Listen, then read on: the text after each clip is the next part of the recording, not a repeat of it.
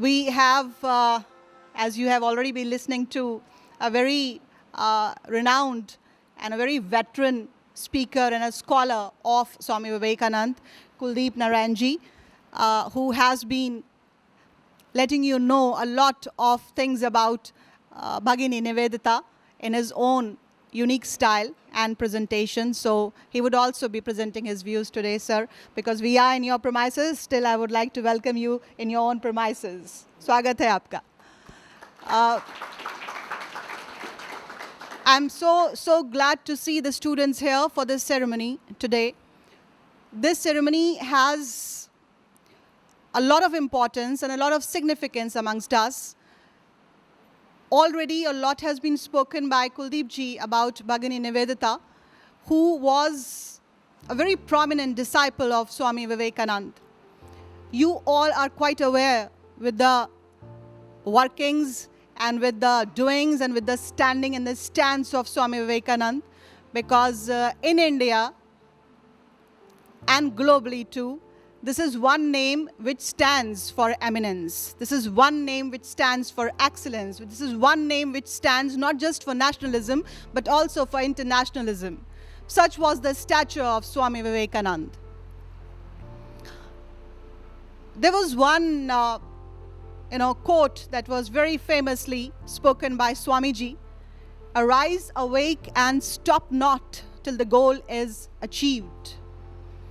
And this was the soul and the spirit of his words that his disciple, his prime disciple, Bhagini Nivedita, whose birth anniversary, and that too the 154th birth anniversary we are celebrating today, she lived it to the T.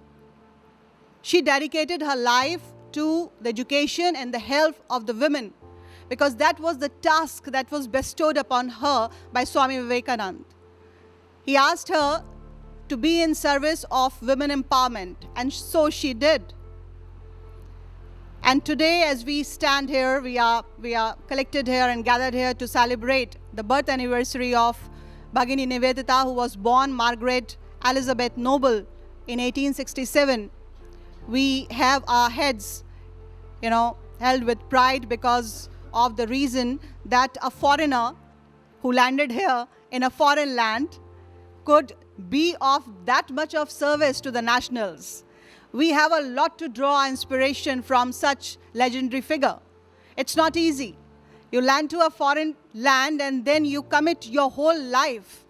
And it was because of that kind of service that she rendered to the society, Indian society, and particularly to the Indian women, that at the age of 44, she left for abode, a very young age. But by that time, she had rendered so much to the society that we still commemorate the services that she had given. Now, this is something you can please put your hands together, everybody. And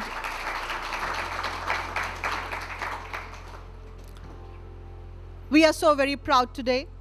And we are also so very thankful to Kuldeep ji for bringing this, commemorative ceremony to a stance where we could have everybody together and remember a figure who inspires us today even. And will continue too, I'm very sure about this. With these words of mine, I would like to extend a very warm welcome to all of you present in this Sanskriti Vibhag today to celebrate 154th birth anniversary of Bhagini Nivedita.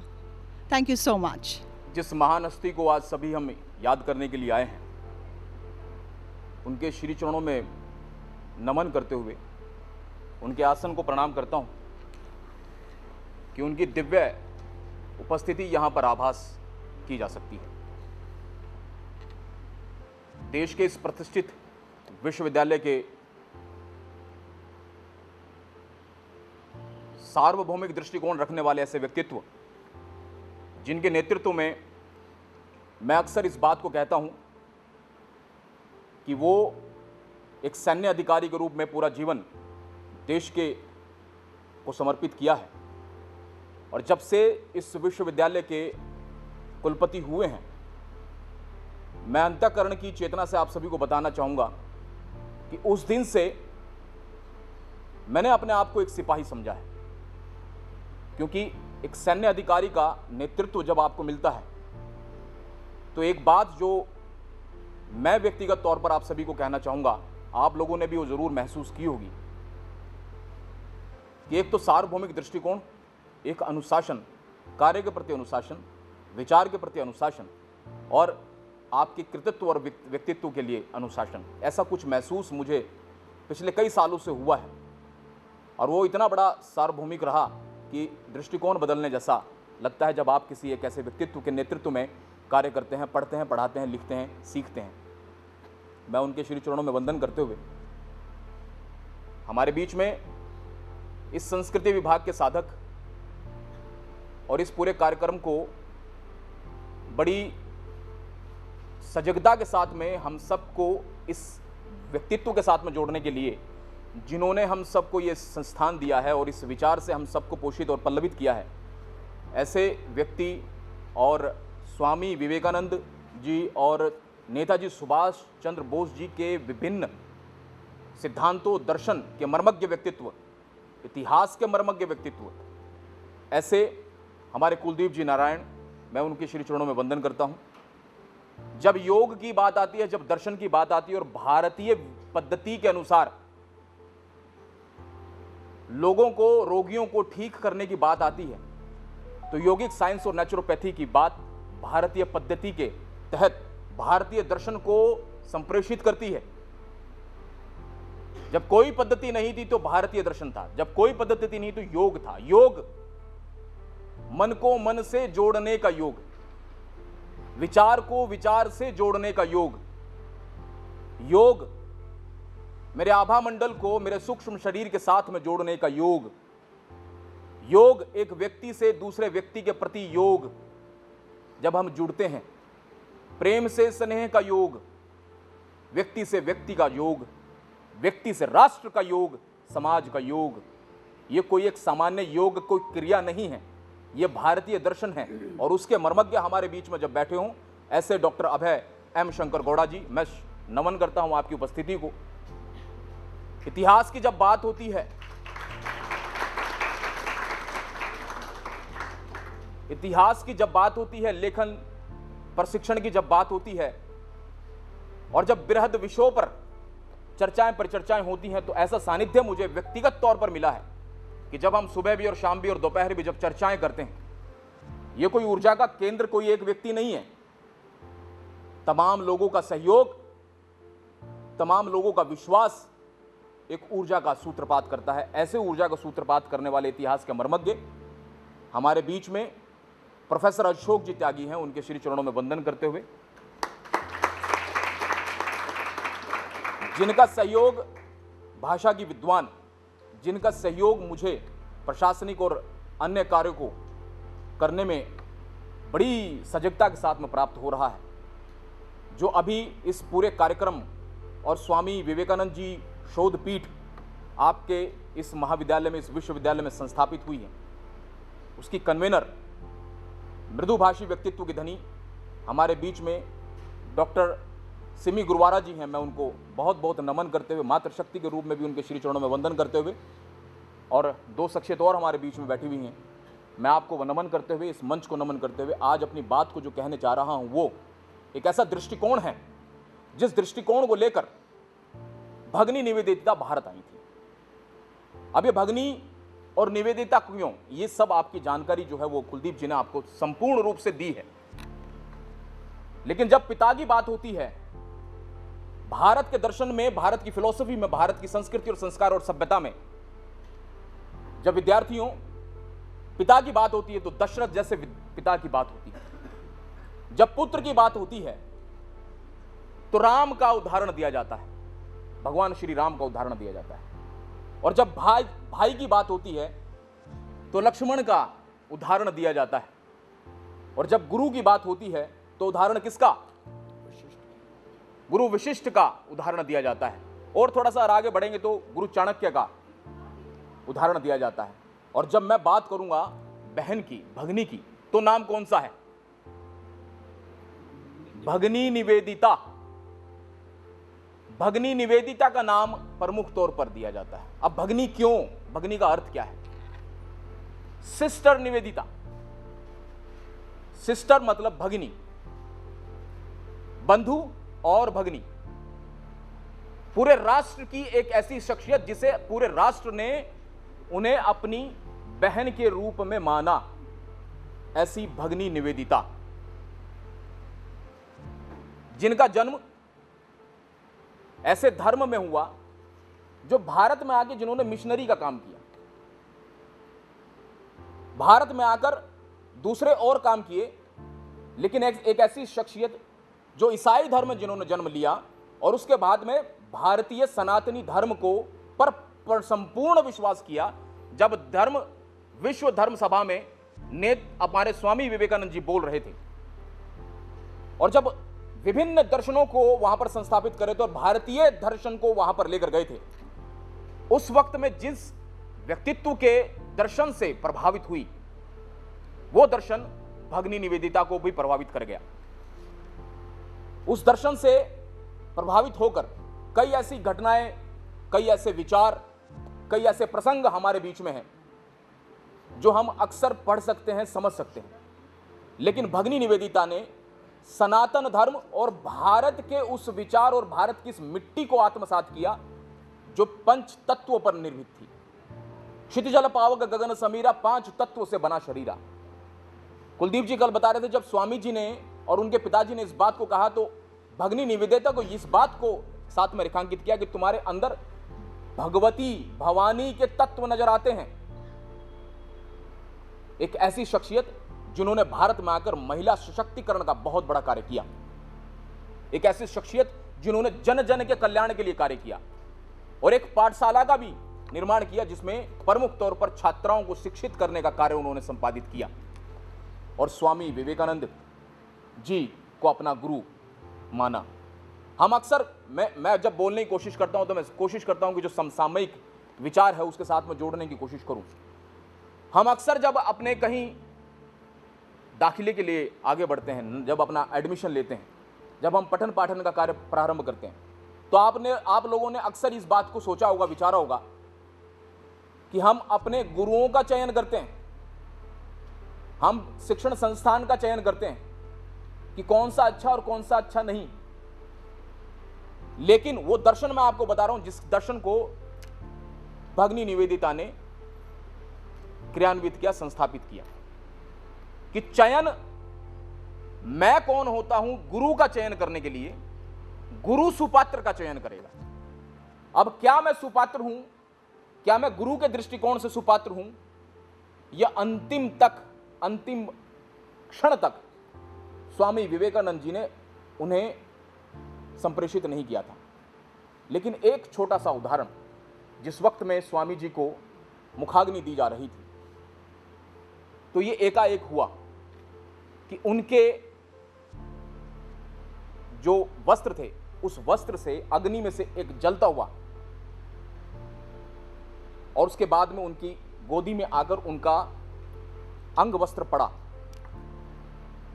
और भगनी निवेदिता ने कहा कि यही गुरु का आशीर्वाद है, यही गुरु के तत्व के रूप में मुझे प्राप्त हुआ है कि उनका आशीर्वाद मुझे प्राप्त हो चुका है कि मेरे गुरु स्वामी विवेकानंद हैं, जिन्होंने पूरे जीवन काल में ईसाईयत धर्म को अपनाया।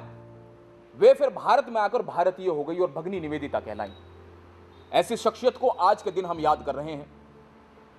स्वामी विवेकानंद शोधपीठ, राष्ट्रीय सेवा योजना, गणेश शंकर विद्यार्थी पत्रकारिता संकाय संस्थान और यह संस्कृति विभाग उनको बहुत बहुत याद करता है। उनके जीवन को पढ़ने के लिए मैं आप सभी से आज के इस दिन आपको सलाह देता हूं कि उनके जीवन को आपको पढ़ना चाहिए और जब आप पढ़ेंगे तो आप पाएंगे जो एनएसएस का एक, क्योंकि मैं एनएसएस को भी रिप्रेजेंट कर रहा हूं, थोड़ा सा उसके बारे में जरूर बताना चाहूंगा कि मैं नहीं बल्कि आप उद्देश्य के साथ में जितने भी महान शख्सियत हैं इतिहास के, उन्होंने उसी दर्शन को लोगों तक संस्थापित करने का कार्य किया है कि मैं नहीं, आप, नॉट आई बट यू, आप ही हैं सब कुछ। जब हम इस दृष्टिकोण से भारत के लिए काम करते हैं, जब हम इस दृष्टिकोण से समाज के लिए काम करते हैं, जब इस दृष्टिकोण से परिवार और उसके आसपास काम करते हैं, अपने महाविद्यालय और विश्वविद्यालय में काम करते हैं, तो निर्माण हर हालत में होगा। कंस्ट्रक्टिव अप्रोच के साथ में बढ़ने की आवश्यकता हमारे सभी पूर्वज हमें सिखाते हैं। वही दृष्टिकोण हमें भगिनी निवेदिता ने दिया। और जिस केंद्र में आप लोग बैठे हुए हैं, इस केंद्र को संस्कृति विभाग कहा गया है। जितने महापुरुष आप यहां पर पढ़ रहे हैं, ये वो महापुरुष हैं जिन्होंने हमें और आपको निर्मित किया है, हमारी संस्कृति को निर्मित किया है, हमारे और आपके भीतर जो दिव्य भाव हैं उसको पोषित और पल्लवित किया है। मैं आज के इस दिन पर उन्हें बहुत बहुत नमन करता हूं और आप सभी से एक वाक्य के साथ में मैं अपनी वाणी को विराम करूंगा आज के इस दिन पर, कि गुरु कैसा हो? विद्यार्थी वत्सल, जिसके दृष्टिकोण में, जिसकी दृष्टि में विद्यार्थी हमेशा हो। विद्यार्थी कैसा हो? गुरुमुख, गुरु के सम्मुख जो जो बात कही जा रही है उसको ग्रहण करने वाला ही विद्यार्थी है, कि जो गुरु कह रहा है उसका अनुसरण कर रहा है। पुत्री कैसी हो? पिता उन्मुख। भार्य कैसी हो? परिवारोन्मुख। और एक निर्माता कैसा हो? निर्माण उन्मुख। इन तमाम बातों को ध्यान में रखते हुए जिस वक्त में भगवान हनुमान श्रीलंका पहुंचते हैं तो वो एक चीज पाते हैं कि श्रीलंका में, मतलब लंका, आज तो श्रीलंका है, कि लंका में मधुशाला है, व्यायामशाला है, लेकिन शिष्टाचार की कोई शाला नहीं है, संस्कृतिशाला नहीं है। तो सुभारती विश्वविद्यालय में यह संस्कृतिशाला आप सभी को संस्कारवान करने के लिए है, आप सभी को अपने पूर्वजों से जोड़ने के लिए है, उनके दर्शन, उनके विचार, उनके ज्ञान से जोड़ने के लिए है। इन्हीं शब्दों के साथ में आप सभी का मंगल हो और हम अपने राष्ट्रपितरों की ओर मुखर हो जाएं। बहुत बहुत धन्यवाद। जय हिंद, जय भारती, जय सुभाष। एक बार ऐसा था कि एक सागर तट के ऊपर चांदनी रात थी, 4 मित्र घूमने के लिए निकले। तो जब घूमने के लिए निकले तो उन्होंने सोचा कि हम क्यों ना समुद्र के अंदर नौका विहार करें। एक नौका खड़ी थी, चारों मदरा के में शराब पी हुई थी, नशे में थे। वो जो है उस नौका में बैठ जाते हैं, पूरी रात जो है वो नौका को खेते हैं, बहुत आनंद लेते हैं, चांदनी रात का आनंद लेते हैं, प्रकृति का आनंद लेते हैं, समुद्र की लहरों का आनंद लेते हैं। लेकिन उस समय ही उनको नींद आ जाती है। सुबह को जब आँख खुलती है तो देखते हैं कि नाव तो लंगर से बंधी हुई थी। नाव हिली नहीं थी अपने स्थान से, वो एक ही स्थान पर थी। इसका कहना यह है कि अगर आप जो है नशे में है, मदिरा में है, उदासीनता में है, यदि आप अज्ञानता में हैं, अज्ञानता आत्मा की भी होती है, अज्ञानता बाहरी भी होती है, तो जो इस अज्ञानता में है, भ्रम की स्थिति में आप हैं या उदासीनता की स्थिति में है, अशिक्षा की स्थिति में है, तो उस समय आप ये अनुभव करते हैं जो आप कार्य कर रहे हैं सच कर रहे हैं, ठीक कर रहे हैं। लेकिन जिस समय भ्रांति दूर होती है तो पता चलता है कि जहाँ से आप चले थे वहीं खड़े हैं। भगिनी निवेदिता आयरलैंड की थी, आयरिश महिला थी, भारत आती हैं। स्वामी विवेकानंद जो है लंदन के अंदर उनका एक स्पीच थी, उसमें भाषण था, उससे प्रभावित हो जाती हैं। 3 वर्ष बाद वो भारत आ जाती हैं। भारत आने के बाद जो है एक व्यक्ति जब भारत आता है, भारत की जो शास्त्रीय भाषाएं हैं उनमें संस्कृत है। संस्कृत को सीखना बहुत सरल कार्य नहीं है, वर्षों लग जाते हैं संस्कृत की व्याकरण सीखने में, संस्कृत का पूरी तरह से अध्ययन करने में। जो पाणिनि की अष्टाध्यायी है उसे समझने में ही बहुत समय लगता है। लेकिन उन्होंने जो है 2 वर्ष में संस्कृत पर जो है अपना नियंत्रण प्राप्त कर लिया था। ये क्या है? ये क्या है? ये उनका लगन था, उनकी मन के अंदर एक भावना थी कि मुझे भारतीय संस्कृति को सीखना है, तो उसके लिए संस्कृत को सीखना अनिवार्य है। संस्कृत उन्होंने सीखी। क्योंकि मुझे बहुत कम बोलना है इसलिए मैं 1-2 घटनाएं उनके जीवन की सुना देता हूँ। हमारे यहाँ क्रांतिकारी हुए चापेकर बंधु, उनके नाम पर हमारे यहाँ चौराहा भी है। उनके चारों भाइयों को जो सजा हो जाती है, तो अकेली भारत के अंदर एक ऐसी नारी थी जो कलकत्ता से चापेकर बंधुओं के घर पहुंचती हैं, उनके माता के चरण स्पर्श करती हैं और उनकी धूली अपने सिर पर लेकर आती हैं। तो विवेकानंद भी साथ होते हैं। विवेकानंद कहते हैं जब भारत स्वतंत्र होगा तो चापेकर बंधुओं की स्वर्ण प्रतिमाएं भारत में लगाई जाएंगी। दुर्भाग्य से ऐसा हुआ नहीं, तो सुभारती विश्वविद्यालय ने ही उनको सम्मानित किया। मेरा कहने का भाव केवल इतना है, बहुत संक्षिप्त बात करूंगा मैं, मेरे कहने का भाव ये है कि कोई भी व्यक्ति महान बन सकता है, अपनी ऊर्जा को निखार सकता है, केवल उसके अंदर संकल्पों की आवश्यकता है। आप भी जो है स्वप्न देखने सीखिए। स्वप्न देखना बुरी बात नहीं है, रात्रि के स्वप्न तो बेकार हैं, लेकिन आप दिन में देखिए। अगर आप स्वप्न देखते हैं, उसके साथ संकल्प को समन्वित करते हैं, तो आप भी जो है निवेदिता बन जाएंगे। आपके अंदर भी एक ऊर्जा आएगी, एक एनर्जी आएगी। स्वप्न देखिए, जो आपने लक्ष्य निर्धारित किया है उस लक्ष्य पर पूरी लगन के साथ लग जाइए। ऐसा नहीं है कि सफलताएं आपको नहीं मिलेंगी। सफलता जो है आप तक नहीं पहुंचती, बल्कि सफलता तक आपको पहुंचना होता है। ये मत सोचिए कि सफलता आप तक आएगी, बल्कि आपको सफलता तक पहुंचना होगा। आज जो है उनका स्मरण क्यों कर रहे हैं हम? एक साधारण से अध्यापिका थी वो, जो एक विद्यालय में पढ़ाया करती थी। आज भारत उनसे जो उनका मूल देश है उससे बाहर उनको उनकी वंदना हो रही है, उनका स्मरण हो रहा है। क्यों हो रहा है? जबकि उनकी मृत्यु बहुत अल्पकालीन अवस्था में हो गई थी। उनका लगन, उनकी प्रेरणा, उनके संस्कार, उन्होंने जो दिशा दी विश्व को, भारत की स्वतंत्रता के लिए उन्होंने 4-5 देशों की यात्रा की।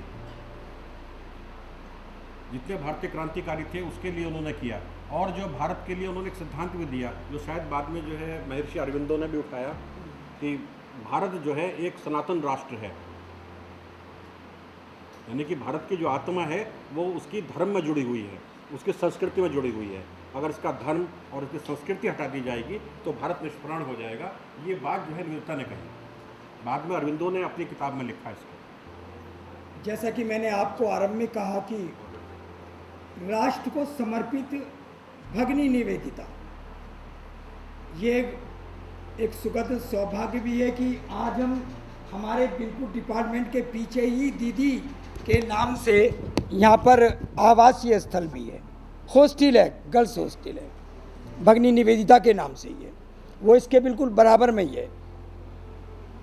मैं बहुत संक्षिप्त में उनके बारे में आपको बताऊंगा, समय काफ़ी हो गया है। उनका जन्म 28 अक्टूबर 1867 में हुआ था। उनके जो पूर्वज थे वो स्कॉटलैंड के थे, लेकिन 5 पीढ़ी बाद उनके जो पूर्वज थे वो फिर आयरलैंड में आकर रहने लगे, और उनके पिता एक पादरी थे और एक स्कूल में टीचर भी थे। वो जिस समय उनके 3 बच्चे थे। पहली थी मिस मार्गरेट एलिजाबेथ नोबल, उनकी एक दूसरी बहन थी मेरी, और तीसरा उनका भाई था एक रिचर्ड। लेकिन अगर हम उनका इतिहास देखें उनके परिवार का, तो उनके परिवार में 5 पीढ़ी से ही उनका परिवार सेवा में ही अपने को सौभाग्य मानता था, सेवा करके समाज की। और जब मार्गरेट का जन्म हुआ, जब वो छोटी थी, तो उनके नाना के एक मित्र आए।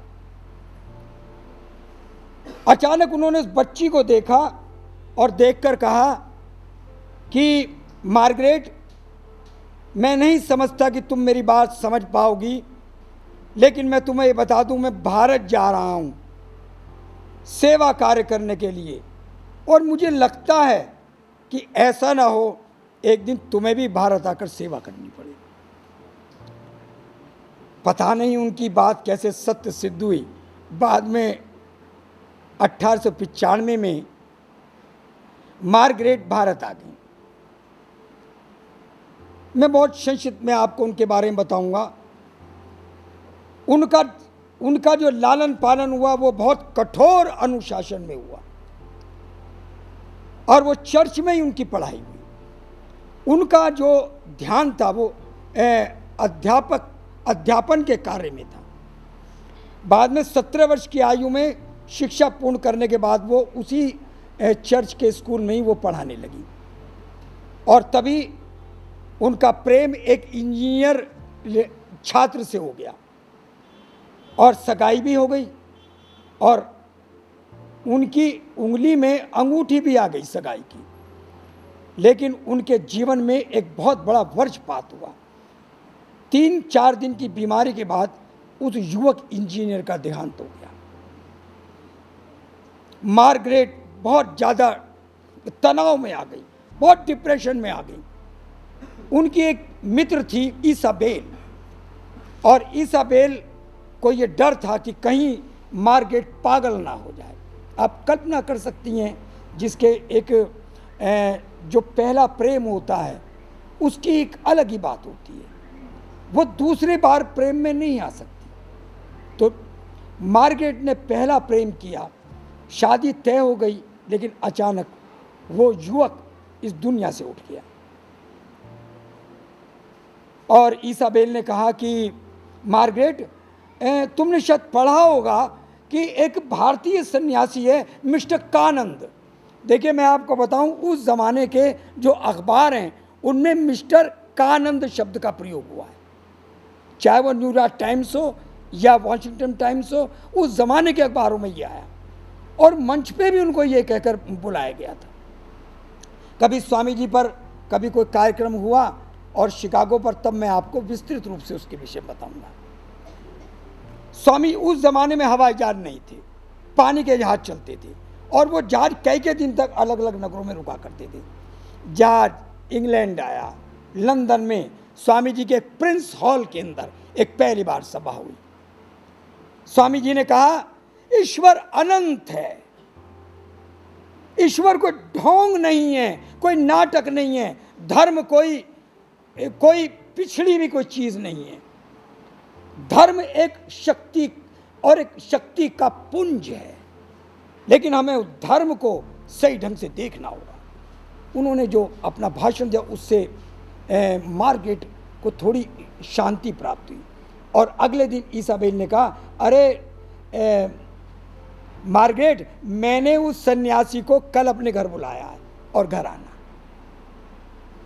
और वो दिन था 26 नवंबर 1895, दिन रविवार का। The master as I saw him by sister Nivedita, उनकी किताब है, वो बहुत बढ़िया लेखिका थी। उन्होंने 20 किताबें लिखी हैं, उनमें से मैं सिर्फ आपको 1-2 किताबों का ही उदाहरण दूंगा। उन्होंने लिखा, पहली बार जब मैंने स्वामी जी को देखा, मैंने देखा वो तख्त के ऊपर बैठे हुए थे, हल्के सांवले रंग के, बड़े सुंदर फीचर्स के, गठीले बदन के, बड़ी बड़ी विशाल आंखों के साथ मैंने उनको मुस्कुराते हुए देखा। लेकिन मैंने देखा कि बार बार उनका मन कहीं और हो जाता है, और वो फिर बाद में शिव शिव शिव शिव करते हैं। बाद में उन्होंने कहा कि वो भाव समाधि में चले जाते थे बात करते करते। और कुछ चंद अध्यापिकाएं बैठी हुई थी चर्च की, उस कमरे में ज़्यादा लोग नहीं थे। और तभी अचानक स्वामी जी की निगाह मार्गरेट पर पहुंची। उन्होंने एक क्षण में बड़ी तनाव भरी दृष्टि से मार्गरेट को देखा, फिर वो एकदम मुस्कुराए और ये कहा, तुम्हारा स्थान इंग्लैंड नहीं, तुम्हारा स्थान भारत है। और उन्होंने कहा, मार्गरेट, तुम्हें एक दिन गंदे बच्चों को नहलाना पड़ेगा, तुम्हें लैट्रीन साफ करनी पड़ेगी, सड़कें साफ करनी पड़ेंगी, और बंगाल के गंदे जो शौचालय उनको साफ करना पड़ेगा, तुम्हें पढ़ाना पड़ेगा, स्कूल खोलना पड़ेगा। इस प्रकार उन्होंने ये सब दिशा चिंतन दी। उनको बड़ा आश्चर्य हुआ। उसके बाद स्वामी जी से उनका पत्राचार चलता रहा। फिर वो भारत आई, और भारत में आने के बाद फिर वो भारत की होकर रह गई। उनके जीवन में एक बहुत बड़ा दुख का क्षण आया जब 4 जुलाई शुक्रवार को 1911 को स्वामी विवेकानंद ने शरीर छोड़ दिया। वो उनके मृत शरीर पर प्रातःकाल आ गई थी, पंखा जलती रही, और वो उनको मास्टर कहती थी, मास्टर कहती रही। और उसके बाद उनका मन था कि स्वामी जी मुझको सन्यास की दीक्षा दें, लेकिन स्वामी जी सन्यास की दीक्षा उनको नहीं दे सके। लेकिन अभी जैसे माननीय अशोक जी ने कहा कि एक उनके कफन का टुकड़ा उनकी गोद में आकर पड़ा, जो उनकी जलती हुई चिता से पता नहीं कैसे उड़कर उनकी गोद में पड़ा। और निवेदिता बाद में मेरे मास्टर ने मुझको दीक्षा दे दी, ये कहकर बेलूर मठ से बाहर चली गई। स्वामी जी का एक लक्ष्य था, एक चिंतन था, एक दिशा थी। निवेदिता ने रामकृष्ण मिशन को ज्वाइन किया, लेकिन उन्होंने एक काम और शुरू किया, भारत में जन जागरण का, बहुत ही क्रांतिकारियों को एकत्रित करने का। श्री अरविंद, श्री विपिन चंद्र पाल, सुरेंद्रनाथ बैनर्जी और सर जगदीश चंद्र बसु, सर पीसी रॉय, अनेक लंबी चौड़ी लिस्ट है। भारत का भ्रमण किया उन्होंने और उन्होंने भारत में एक जन जागरण पैदा किया। एक बार उन्होंने कहा था, मैं एक दिन इस भारत समाज के ऊपर बम की तरह फूट पड़ूंगी, और दीदी बम की तरह फूट पड़ी। स्कूल चलाना आरंभ किया और माँ शारदा को स्वामी जी ने उनको समर्पित किया था। और माँ शारदा पढ़ी लिखी महिला नहीं थी और वो उनको आमार खोकी कहती थी। आमार खोकी का मतलब है मेरी प्यारी बेटी कहती थी। और एक दुर्लभ फोटोग्राफ अंदर भी लगा हुआ है, यहाँ भी है। ये जो फोटोग्राफ आप माँ शारदा का देख रहे हैं, बहुत कम लोग को जानकारी है कि ये सिस्टर निवेदिता ने खिंचवाया। उनके बाल आगे करके उनको बैठाकर, और माँ समाधिस्थ हो गई थी। बाद में उन्होंने भारत का भ्रमण किया। अभाव और कष्टों में दीदी का शरीर टूट गया।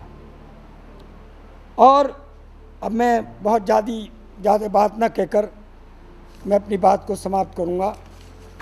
उन्होंने कई किताबें लिखी और उन किताबों में वो क्या नहीं थी, मैं उनकी संक्षिप्त में आपको उनके बारे में बताऊं कितनी प्रतिभावान थी। वो एक दार्शनिक, चिंतक, शिक्षाविद, पत्रकार, कवित्री, लेखिका, संगीतज्ञ, कला विशेषज्ञ, समाज सेविका, क्रांतिकारी विचारों से ओतप्रोत, आध्यात्मिक विभूति और चित्रकला और जीव विज्ञान की मर्मज्ञ थी। आप कल्पना कर सकते हैं कितनी ही वो विधाओं से जुड़ी हुई थी। अंत में उनके जीवन का एक ऐसा समय आया जब उनका शरीर जब टूटने लगा तो वो दार्जिलिंग आ गई। और सर जगदीश चंद्र बसु जो महान वैज्ञानिक थे विज्ञान के, और उन्होंने ही दीदी ने ही उनको नोबेल पुरस्कार दिलवाया था। बहुत कम लोग इसको जानकारी है। As you know, we are celebrating today under the Swami Vivekananda chair. What activities has been arranged under the Swami Vivekananda chair? We have got 4 chairs in the university. You must know these things. What are the others? Dr. B.R. Ambedkar, Netaji Subhash Chandra Bose. Like, so that you should know all these. Then Tathagat Buddha chair. Why I am asking this? When this inspection takes place, team come from outside. Sometimes they ask the students whether they are aware or not. तो आज की तारीख में 4 chair जो हैं, chair का मतलब होता है कि उस पर्टिकुलर चेयर में उसी के बारे में जो भी, जैसे स्वामी विवेकानंद है या जो भी पर्सनैलिटी है, उसके पूरा रिसर्च होता है। कोई ऐसा एरिया जो छूट गया हो, because people under wrong impression के चेयर होती क्या है। चेयर मीन्स ये नहीं कि चेयर एक just chair means nothing that way, but chair means कि उस पर्टिकुलर फील्ड में the research is done about that particular personality, कि उसका कोई भी एस्पेक्ट छूटा नहीं हो। That is the chair. So under this chair we have organized this program today by this collaboration of 2-3 departments. So as a Vice Chancellor I would like to tell you one thing, that जो स्वामी विवेकानंद ने जो बोला था, जो कि doctor Singh ने भी बताया कि arise awake stop till you achieve the goal. It is not a simple statement. It is not a simple statement. Means you have to recognise yourself. जगो, जागो. क्या जागो, कहाँ जागो? आप जगे हो तो मतलब क्या है इसका? दैट मीन्स कि you understand yourself, what you are, what potentials you have. That's what Swami Vivekananda said, कि people underestimate themselves. ये जनरल टेंडेंसी होती है, मैं ये नहीं कर सकता, मैं ये नहीं कर सकती, मेरे बस की नहीं है, you know, like that. It is not that. Every individual had the potential to rise to any extent. Only thing what is required is you have to recognize yourself. Never have a negative thoughts. As a student, I will tell you, wherever you are, whatever course you are pursuing, you should give your best. And you should not compromise things कि जो second division चलेगा, third division चलेगा, नहीं. Y? आप देखिए, you see around result जब आते हैं कि से मेनी गर्ल्स IAS ऑफिसर भी they, you know, very mediocre background, isn't it? कोई IAS बन गई, कोई डॉक्टर बन गई, कोई कुछ बना, तो कैसे बन गए वो? इट्स नॉट नेसेसरी कि every time you require lot of money, then all you become. Once you get a opportunity, आपके पेरेंट्स ने यहाँ पे भेजा है, तो आपका ये होना चाहिए कि अब मैं करके दिखाऊंगी या दिखाऊंगा, isn't it? So these things you have to keep in mind, and let me tell you the history. Sometimes we used to think, यार history में क्या है, तो छोड़ो यार, मुझे क्या करना है history का, we are not interested. And actually it is like that only. कि now see you are here, you will listen for some time. After 2 days you will forget हाँ वो एक program हुआ था वहाँ पे. It's not that. The sensible students जो which you recognize कि yes, because somewhere sometimes you have to get a stimulus from somewhere somebody. Yes, you catch on that and then you try to develop on that. So that should you take this way. Yes, जैसे Swami Vivekananda, I don't know how many of read about him. He is such a personality, we know, I need not to tell you. Because he was something like divine. How he progressed in just a very short span of life. He went off. He was something divine, he came to give some divine message. And the thing is, just in the last I will tell that our national education policy also says, see now let me tell you, now the whole world is learning from the India. Now Corona pandemic was there. Now ultimately क्या है, अब they could not shake their hands. Ultimately they have said namaste. तो कहाँ से आया namaste? This is from India. So now national education policy also says that the holistic education, you can fly, you can think the latest things and all things are fine. There is nothing wrong in that. But you should remain connected with your roots. हमारे जो traditions हैं, जो भी हैं, जो बने हुए हैं, वो हम सबको पता है. लेकिन we don't follow that. We think that this is not important. Everything is important. Ultimately, most of the solutions of problems coming from our philosophy, Indian philosophy. For example, I'll give another example. कि जब आप दिन में बाहर जाते हो और लौट के आते हैं तो क्या सिखाया जाता है कि आप करके आप शूज़ बाहर रखते हो. लेकिन जो मॉडर्न फैमिली है वो तो शूज़ लेके अंदर ही डाइनिंग टेबल पे और अंदर किचन में कहीं भी जा सकते हैं. This is wrong. Similarly you are suppose to clean your hands, isn't it. वो कुल्ला करते हैं, वो करते हैं, क्या है ये सब? See that means what ever you got exposure in the environment, you are leaving them outside, so you are not infecting others and you are safe and keeping the family also safe. So these are the little things which you should keep in mind, and I would encourage you and tell you that every student know, you should never feel that I cannot do it. निकाल दो दिमाग से ये. You can do anything. That's what Swami Vivekananda said. That was his philosophy. So if you don't try to learn many things, learn one or two things and try to follow it. जो कि M.K. Gandhi की भी यही philosophy थी. वो कहते थे कि जब जैसे उन्हें कोई चीज़ नई चीज़ मिली, वो use to practice himself before going on to another one. Otherwise you get things get diluted, you will not able to follow everything. तो यू डिसाइड कि क्या चाहते हो आप. पहले अपने को रिकॉग्नाइज करो, पोटेंशियल करो. वो आपको कितना पोटेंशियल है, हर एक के अंदर पोटेंशियल है. ये जो कहते हैं ना इंटेलिजेंट है, he is genius. Genius is just 5 to 10%. Rest is your hard work. This is nothing like genius. This Newton he has said, I think some other person you must be knowing better, कि genius is not like that somebody is doing very well, that means he is really good, then better than you. It's not so. It's a question of how you encourage yourself, how you do the things, how you understand, take time, understand. तो you must have seen जो toppers class में होते हैं वो कम पढ़ते हैं, और जो थर्ड फोर्थ फिफ्थ पोजीशन में आते हैं वो ज़्यादा पढ़ते हैं, या नीचे वाले ज़्यादा पढ़ते हैं, कुछ फेल हो जाते हैं जैसे. तो क्यों पढ़ते हैं कि जब भी आपका एक कंसंट्रेशन फोकस है आपका, जैसे क्लास में आप सुन रहे हो तो आप वहीं बिल्कुल 100% जाओ. सुनो क्या what he saying, not understood, ask your teacher. So it should be the philosophy in life to proceed further in life. So with these words I would like to give all the best, and I'm sure you will do well. Thank you. Thank you very much for being here. आप लोगों ने interest दिखाया. This is a very very important thing that हम अपने roots को जानें, हम अपने हिस्टोरियंस को जानें, हम अपने देशवासियों को जानें. और आज मैं एक एग्जांपल देता हूँ आपको. वीसी सर किसी और प्रोग्राम में जाने वाले थे. जब उन्होंने सुना कि स्वामी विवेकानंद की जो प्रिय शिष्या है भगिनी निवेदिता, उनके बारे में प्रोग्राम है, तो वहाँ नहीं गए, यहाँ आ गए. इतना डेडिकेटेड है इसके बारे में, है ना. तो thank you very much sir for being here. मैं कुलदीप नारायण जी को और विवेक संस्कृति जी को बहुत बहुत धन्यवाद करूँगा, क्योंकि उन्होंने हमें स्थान प्रोवाइड किया यहाँ पे और ये प्रोग्राम को आयोजन करने का एक व्यवस्था किया है. डॉक्टर नीरज करण जी जिन्होंने बहुत ही बढ़िया बोला आज, और सर आप भी, अशोक जी, इतना इंफॉर्मेशन नॉलेज हमारे पास, मुझे लग रहा था कि ये दिन भर बोलते ही रहेंगे और हम यहाँ से आज जा नहीं पाएंगे, उतना नॉलेज है उनको. Thank you very much for being here.